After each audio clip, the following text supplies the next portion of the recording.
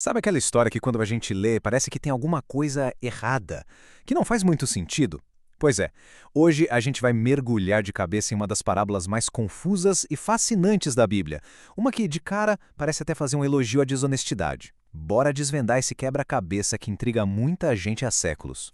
Olha só o nosso caminho para decifrar esse mistério. Primeiro a gente encara o enigma da história em si. Depois vamos dar uma de detetive e investigar como a tradução pode ter escondido algumas pistas.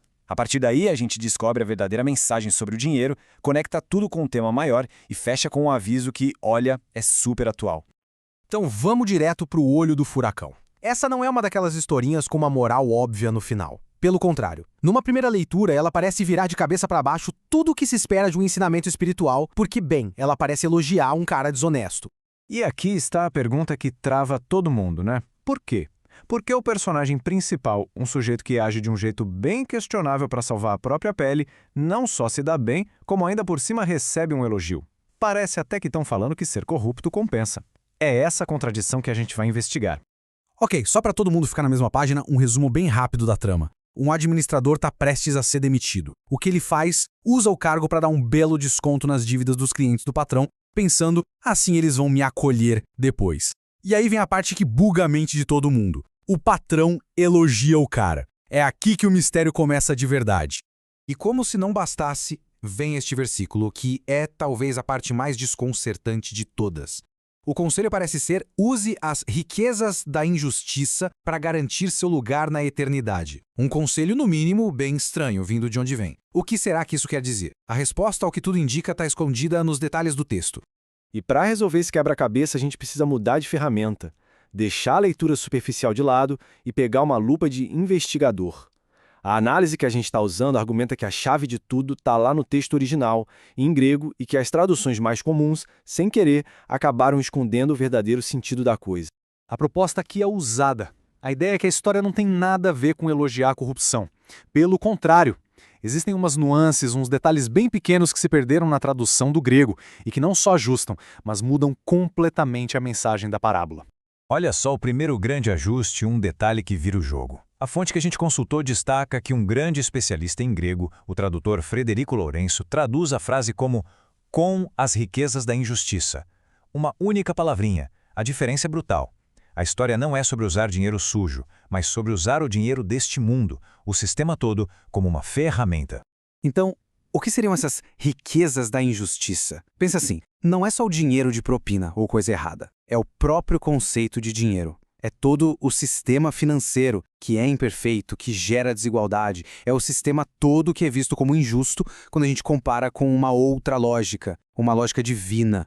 E não para por aí, tem mais duas correções que são super importantes. Primeiro, quem é que recebe a pessoa na eternidade? As tradições comuns dizem eles, os amigos, mas no texto grego original, esse eles não existe. A frase é passiva, para que sejais recebidos, talvez por anjos, argumenta a fonte. Segundo ponto, a parte que fala quando estas vos faltarem. Não é sobre ficar sem dinheiro, é sobre quando o dinheiro some de vez, se extingue, ou seja, no fim da vida. Certo, com essas novas peças do quebra-cabeça, a imagem da parábola começa a mudar de figura. Agora, vamos ver como tudo isso se encaixa e revela uma mensagem totalmente diferente. E aqui está a grande virada de chave de toda essa análise. O patrão não elogiou a fraude. Ele não disse parabéns por ser corrupto. Ele elogiou a sagacidade, a esperteza e, principalmente, a urgência com que o administrador agiu para garantir o próprio futuro. O cara viu que a situação dele era crítica e agiu rápido, de forma decisiva. E esse versículo aqui deixa tudo ainda mais claro. A crítica não é moral, é estratégica. É como se dissesse: nossa, o pessoal que só pensa nas coisas daqui é muito mais esperto e rápido para garantir o futuro terreno do que o pessoal que se preocupa com a eternidade. A lição é sobre ter a mesma urgência e estratégia para o que realmente importa. Então, na prática, o que isso significa? Segundo essa interpretação, a chamada é clara. Primeiro passo, entender que o dinheiro é só uma ferramenta temporária e imperfeita. Segundo, usar essa ferramenta com a mesma inteligência e pressa do administrador, mas com outro foco: ajudar quem precisa. E terceiro, é esse ato de compaixão que transforma a riqueza que some, que acaba, em um tesouro que dura para sempre. Agora, alguém pode estar pensando, mas essa interpretação não é só um jeito conveniente de resolver a história. Bem, a análise mostra que essa ideia não surgiu do nada. Vamos dar um passo para trás e olhar a foto inteira, porque essa peça se encaixa de um jeito surpreendente no resto do quebra-cabeça. A grande força desse argumento é a consistência. Essa ideia de não se apegar ao dinheiro, de usá-lo para um propósito maior, em vez de só acumular, não é um ponto isolado. É um tema que fica martelando, que aparece de novo e de novo, especialmente no Evangelho de Lucas.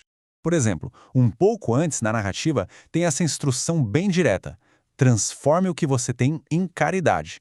Crie um tipo diferente de conta bancária, um tesouro que não se desvaloriza, que não acaba nunca. E em outro livro, a mesma mensagem é reforçada. Não foque em juntar coisas que a ferrugem e as traças destroem, coisas que são frágeis, porque o nosso coração acaba ficando preso onde está o nosso tesouro. E agora um detalhe do contexto que é sensacional.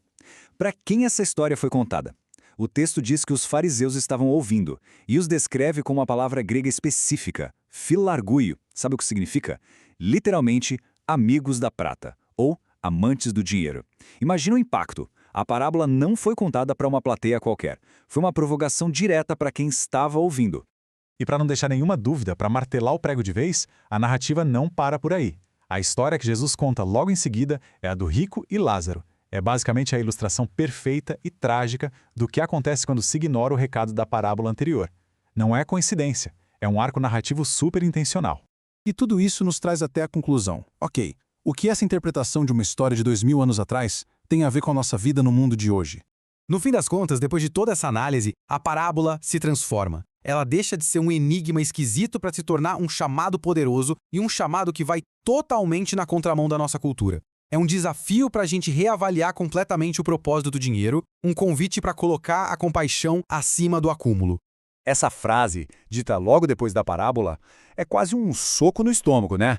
Ela resume a tensão toda. Aquilo que o nosso mundo aplaude de pé, que a gente considera o máximo, tipo muita riqueza, pode ser visto de uma forma completamente diferente em outra perspectiva. É uma inversão total de valores.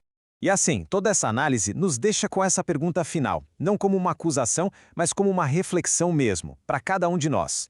Se o nosso coração realmente segue o nosso tesouro, essa história antiga nos desafia hoje a perguntar: para onde o nosso coração está de fato apontando? Obrigado por acompanhar a gente nesta análise.